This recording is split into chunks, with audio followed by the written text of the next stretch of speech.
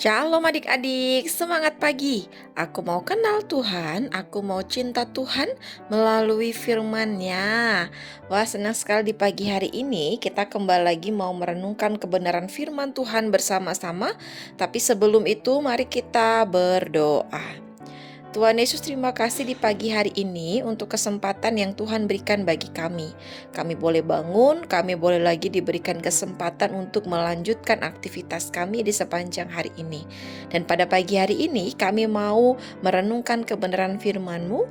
Kiranya Tuhan menolong kami supaya kami boleh mengerti, bahkan juga melakukannya di dalam kehidupan kami sepanjang hari ini. Dalam nama Tuhan Yesus Kristus kami sudah berdoa. Amin. Nah, adik-adik, di pagi hari ini kita masih mau melanjutkan renungan firman Tuhan di dalam kitab 2 Samuel pasalnya yang ke-10 ayat yang pertama sampai ayat yang ke-19. Tapi secara khusus kita akan merenungkan bersama-sama di dalam ayatnya yang ke-12. Jadi adik-adik bisa membaca di dalam Alkitabnya masing-masing dan Lauseika akan membacakannya untuk kita semuanya. Demikianlah firman Tuhan. Kuatkanlah hatimu dan marilah kita menguatkan hati untuk bangsa kita dan untuk kota-kota Allah kita. Tuhan kiranya melakukan yang baik di matanya. Nah adik-adik, setelah Raja Bani Amon mati, maka Hanun anaknya menggantikan ia. Pada waktu itu terjalin persahabatan antara Raja Daud dengan Raja Bani Amon. Oleh karena itu, ketika Raja Daud ini mendengar bahwa Raja Bani Amon telah mati, maka ia mengirim utusan-utusannya untuk menyampaikan rasa berduka cita, turut berduka cita kepada Hanun. Nah, ketika para pegawai-pegawai Hanun ini menyampaikan ucapan turut berduka cita dari Daud, mereka ini ternyata menanggapinya dengan rasa curiga, yaitu mereka beranggapan bahwa Raja Daud ini sedang mengirim utusan-utusannya bukan untuk menyampaikan turut berduka cita, rasa berduka cita, melainkan mereka beranggapan bahwa Raja Daud ini mengirim utusannya untuk memata-matai mereka, orang Amon. Supaya apa? Supaya kota itu dapat direbut oleh Raja Daud. Oleh karena itu, Hanun menangkap para utusan-utusan Daud dan ia mencukur jenggot mereka sebelah, memotong pakaian mereka sependek pinggul dan menyuruh mereka pergi. Nah, atas apa yang dilakukan oleh Hanun dan juga oleh orang Amon pada saat itu, mereka menyadari bahwa perbuatan mereka itu sebenarnya dapat membuat Raja Daud menjadi marah dan memusuhi mereka. Sehingga mereka menyewa prajurit untuk melawan Raja Daud.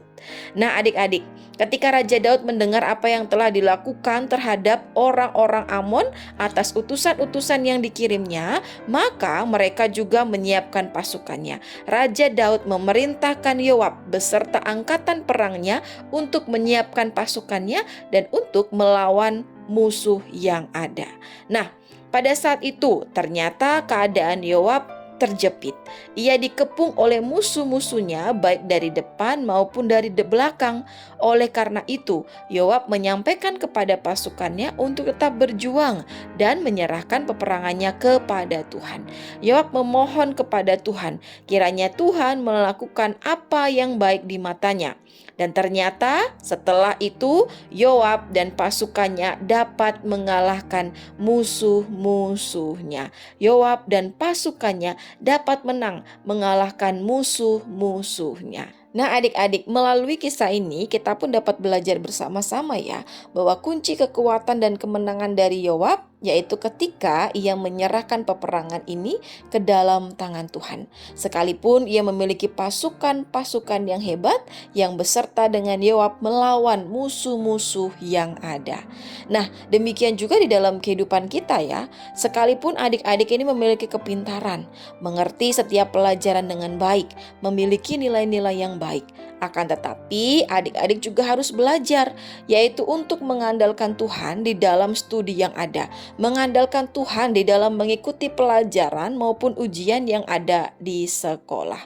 Selain itu, sekalipun juga adik-adik ini memiliki keahlian ataupun keterampilan tertentu, baik di bidang olahraga, melukis, bermain musik, bernyanyi, menari, dan sebagainya. Nah, adik-adik juga harus belajar ya, harus mengandalkan Tuhan dan dipimpin oleh Tuhan. Kemampuan-kemampuan yang adik-adik miliki pastinya adalah hal yang baik, tetapi kita juga harus mengandalkan Tuhan dan mau dipimpin oleh Tuhan di dalam kehidupan kita.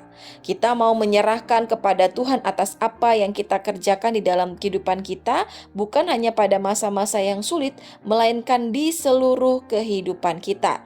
Dan Lose ingatkan juga untuk adik-adik semuanya, yuk kita belajar menyerahkan kepada Tuhan, hidup dipimpin oleh Tuhan, bukan ketika pada saat kita nanti dewasa saja, tetapi kita belajar untuk dipimpin oleh Tuhan ketika kita masih kecil.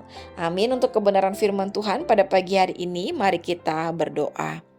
Tuhan Yesus, terima kasih untuk kebenaran firman-Mu pada pagi hari ini yang mengingatkan kami untuk kami terus menyerahkan hidup kami dipimpin oleh Tuhan. Kiranya Tuhan menolong setiap kami, biarlah kami boleh menjadi anak-anak yang terus dipimpin oleh Tuhan sedari kami masih kecil.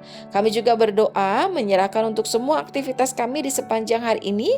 Kiranya Tuhan tolong kami, Tuhan pimpin kami supaya kami boleh memuliakan nama Tuhan dan menjadi berkat bagi banyak orang.